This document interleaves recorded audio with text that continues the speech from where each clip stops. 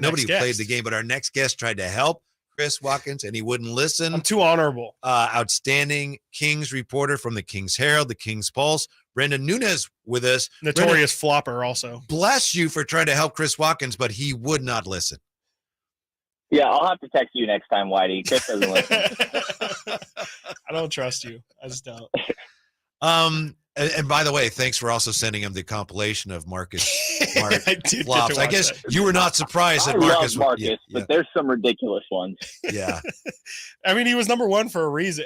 There are a couple really ridiculous ones where it's just like, two hands on him and he'll fly to like the fourth row. Yeah. It's pretty bad. He looks like when you see somebody in a superhero movie, they get punched and they fly across the room into the wall.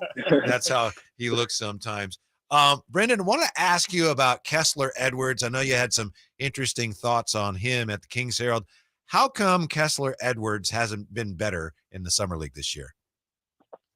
I mean, I think that it's not the greatest context for Kessler Edwards. I think that he's a guy that, ideally has a very limited offensive role and is kind of a fifth option offensively within the flow of things. And the Kings aren't really a team that just sticks somebody in the corner, so there certainly are concerning aspects of what you've seen from him in Summer League, but I think that typically his offensive role is so much more limited and defined, and you appreciate his defense a lot more when there's a guy that you're sticking him on specifically that you want him to slow down.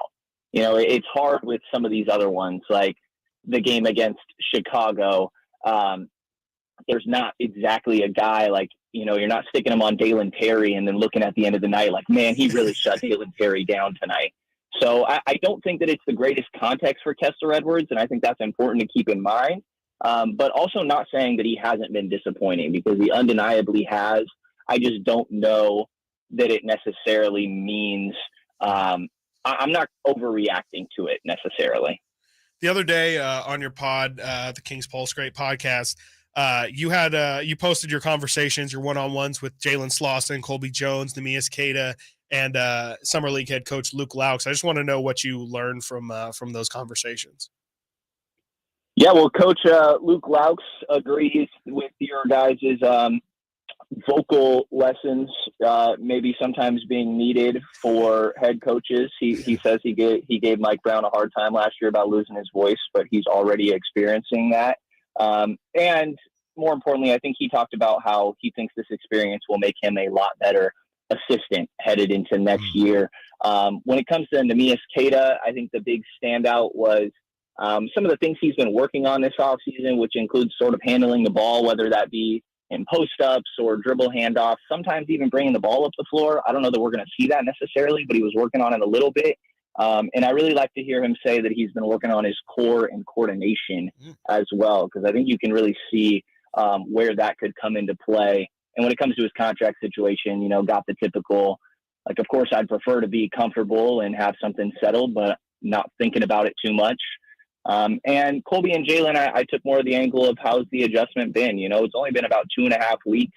These guys have, since they've been drafted, they've gotten flown out to Sacramento, introductory press conference, meet the guys. They've played now 5 Summer League games between the 2 at the Cal Classic and 3 in Vegas.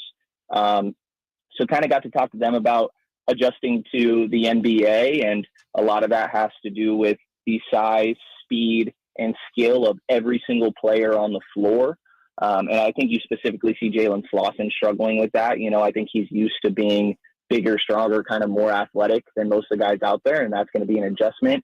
And the last thing with those two guys is I think it makes a lot of sense, but good to hear that like Jalen Slawson is talking to Nene a lot and sort of gravitating towards him. And you see Colby Jones talking to Keon Ellis a lot. And Keon and Nene don't love being called mentors at this point in their career, but I think that word fits a little bit. Brenden Nunes with us from the Kings Pulse, Kings Herald. I know we're in the era, Brenden, of positionless basketball. That said, realistically, how many different positions do you think Colby Jones will be able to play at the NBA level? I think that we're talking 2 right now, but in the long term 3. He talked about how, we've seen him play 1, 2, and 3 at Summer League. And in talking to him, playing the point is fairly new to him. and they're sort of doing a point guard by committee with that second unit when Jordan Ford is not out there. And you've seen him fill that role. Okay, I certainly think he can defend ones and twos right now, and with a little bit of adjustment, maybe putting on a little bit of strength threes as well. And say Malik Monk is out there with him. And I guess technically Malik Monk is the point guard and Colby Jones could be the two guard, but they could switch with who's defending. So I think with Colby, in my mind, you're talking 1 to 3, but he's going to kind of have to work his way up there. I think right now, probably 1s and 2s mainly. Brenden, do you think Jordan Ford is truly worthy of being the Kings' third string point guard next year? Yes. Or are we, Yes, he is. or are we kind of getting lost in the hype that is Summer League, and it's just like he is the Summer League point guard, and so he should be easily transferred over to the big league club? Or, realistically, Monty is looking at not just Jordan Ford, but every point guard in the NBA.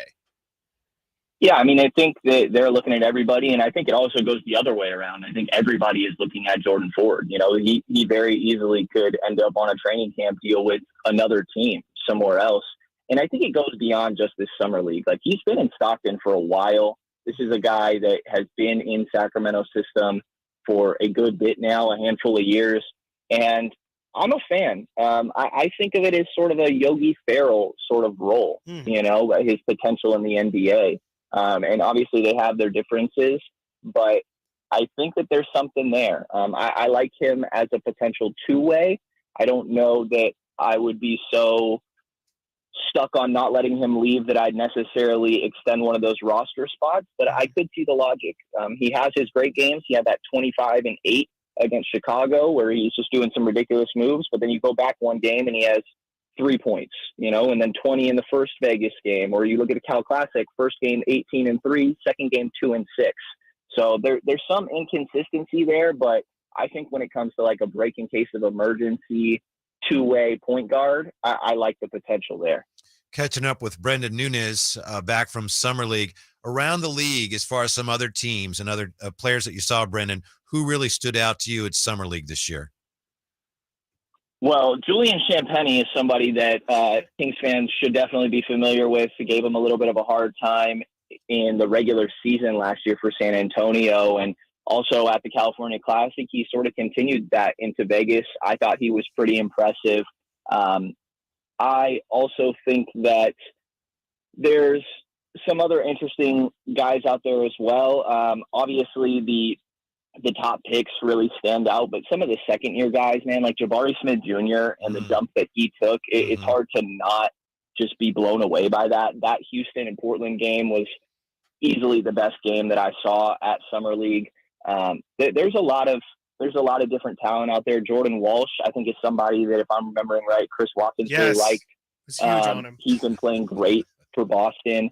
There's a lot of interesting players out there. Leonard Miller, who was also, it seemed to be very polarizing from some of the people I talked to. It's either you love him or you hate him sort of thing as a prospect. And clearly Minnesota liked him enough to trade up for him, get him at the beginning of that second round. I think he's been playing good tonight. And my understanding, unless things have changed, is good to see him against Sacramento tonight as well.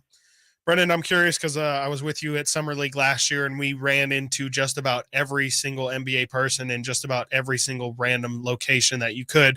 I just want to know if there was any random NBA sightings that you saw while you were in Vegas. I mean, it's not random because Wembanyama's going to be there, but I think walking past him in a hotel is very different than seeing him on a court.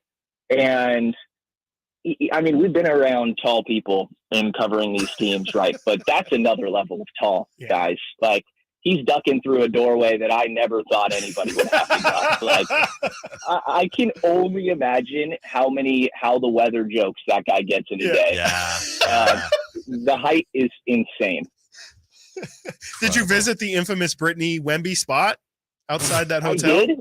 I did unknowingly, and friend Sean Cunningham made me aware of where we currently were. Yeah, that's very Sean. Awesome. That's very Brenden, Sean. thanks for your time. We appreciate it. Glad to have you back. We'll talk to you again soon. Thanks for having me, guys. Appreciate it. See ya.